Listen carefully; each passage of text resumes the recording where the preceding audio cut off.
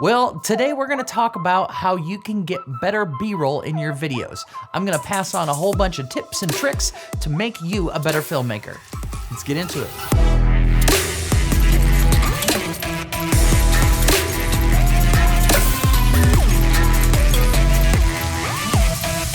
Hi there, welcome back to the channel. If you don't know who I am, my name is Tony and I am a filmmaker and a photographer in the St. Louis area, and today we're talking about B-roll. If you're just getting started in your filmmaking journey, maybe you're starting a YouTube channel, maybe you want to level up and start using that camera to make quality content for clients so that you can start making money, today we're gonna talk about supplemental footage. Basically, all the footage that isn't the A-roll, your main talking head or whatever your main storyline is. You have all of this supplemental footage that can help you tell your story better. So what I want to do is just spend a couple minutes and talk to you some of the things that I'm thinking through when I am adding B-roll into my footage or I'm capturing it.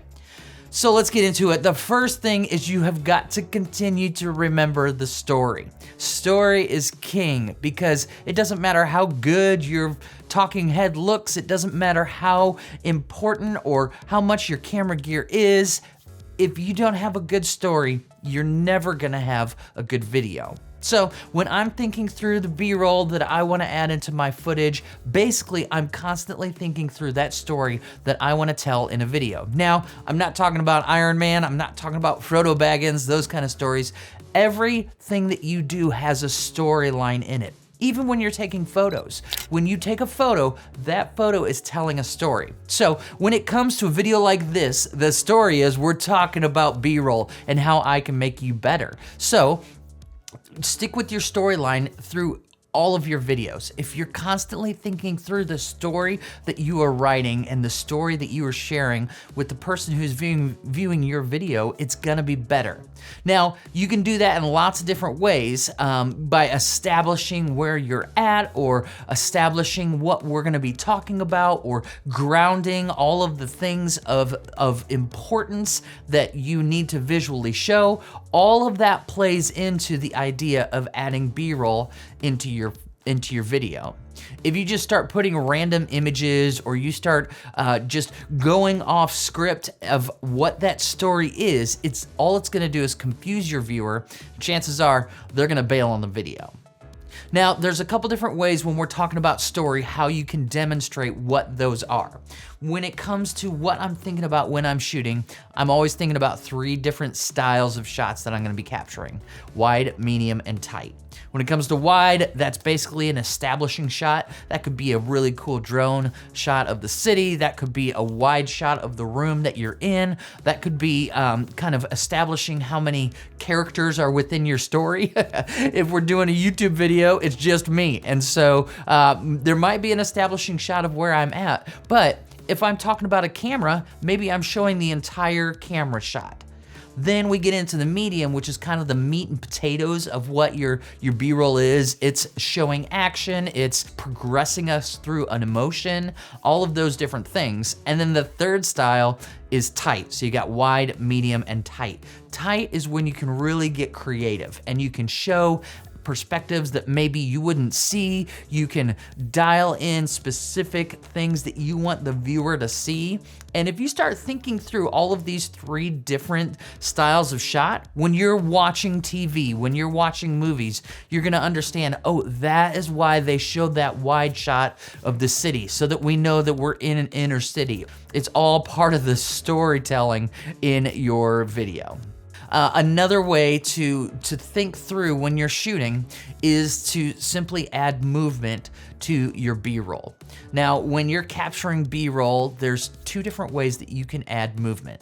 The first one is pretty obvious. You just move your camera. It's easy to do with gimbals or monopods or anything like that.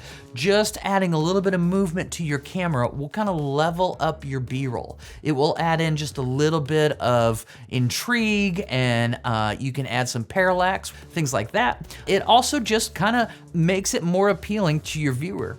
What you can do with that movement is you can either zoom in on whatever you're talking about, that way that people know where they're supposed to be looking. You can do all sorts of different things. The other way that you can add movement into your shots is an the king of this is Casey Neistat, is to keep your camera stationary and then move whatever it is in the frame. So Casey just is a king at this.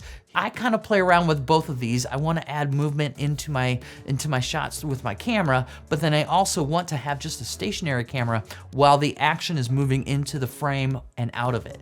And that just adds that dynamic, you know, energy that you need in your videos when you're talking about good B-roll. And then the other thing that I think, and this goes both when you're shooting and when you're editing, you need to think through your storyline, but then also think through of it in segments. So when I'm shooting, let's use an example. I just made a video on a camera. I can't remember what it was, but what I did is I did my establishing shot of the camera, and then I punched in so that you could see exactly which buttons I wanted you to talk or look at and all the things like that. What I'm doing in that moment is I am thinking through the shots that I need to have in there. So I'm thinking, once I have this shot established of the camera, what's next? And how do I make it look not like a jump cut?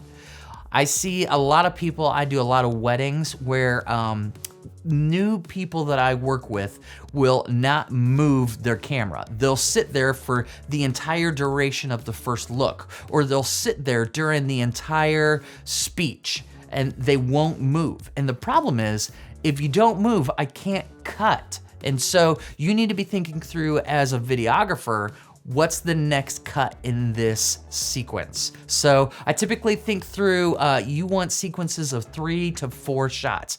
You never really want to just have one shot of B-roll unless it's a really long one. And so, a good example of a first look is you're gonna have a shot of both the bride and the groom. That's your establishing. Then you're gonna punch in on the groom's face really close. And then you're gonna see the bride walking up, and each one of those is a different shot. And as long as you're moving your feet and you're getting different angles, think I need to be at least 45 degrees away from where I was for the first one. You're gonna be able to seamlessly cut that together so it doesn't just feel like a bunch of jump cuts. You're gonna make it feel like that entire movement happened in 10 seconds when really it took 45 seconds to a minute. And so constantly be thinking through, one, think through B-roll in segments of 3, even if it's stock footage. And then 2, think through while you're shooting, what's my next shot? And when you start thinking through the edit, that's gonna make you a real videographer. All right, hopefully this stuff is helpful to you. I would love to hear what are some of your comments for B-roll. How do you get better B-roll? Once again, it's not about the cameras. You can do this with iPhones. You can do this with whatever you have. Sure, better equipment, better lenses makes it better, but you can even do this with stock footage. That's why when you're looking through stock footage, you can see that there's a sequence of shots. Somebody at the lake, close up of their hands, close up of their face, them walking up to the log, all of these different, I'm just making all this up, but that's the whole idea, is that you need to use all of these different sequences in there to make it better. So anyways, I wanna hear from you. I wanna know what are some tips that you have when it comes to shooting B-roll or adding it into your footage. The other big thing that we didn't really talk about was the fact that that will level up your video quality. So I see on YouTube a lot, and this is fine for whatever style you want, but this whole idea of jump cuts where I'm talking about a statement and I say something that I don't like, and then you cut it out and then you just see that and it's all of a sudden just a jump cut. I cover those up with B-roll. And a lot of times when I'm thinking through my story that I wanna tell you is I'm thinking through where can I cut and add B-roll so that it doesn't feel like a weird place. And so I think covering up some of those jump cuts, those are things you would never see a jump cut in a corporate video where somebody's paying $10,000 for it. You would never see that. What you would see is somebody doing a talking interview like this, maybe they're looking off camera over here, and we need to cut that 45-minute interview down to, let's say, 2 minutes. And so what we do is we take the 10 seconds that we need and the 10 seconds we need, we put them together and then cover that up with B-roll that's supporting what they're talking about. You keep doing that, the better you get and the more professional your videos are gonna look. All right, if there was anything in here that was helpful, I would love for you to like this video. Comments are great. I am all about community. Feel free to reach out to me on Instagram and tell me, what are you working on? What are your struggles? And maybe I can do a video about that on this platform.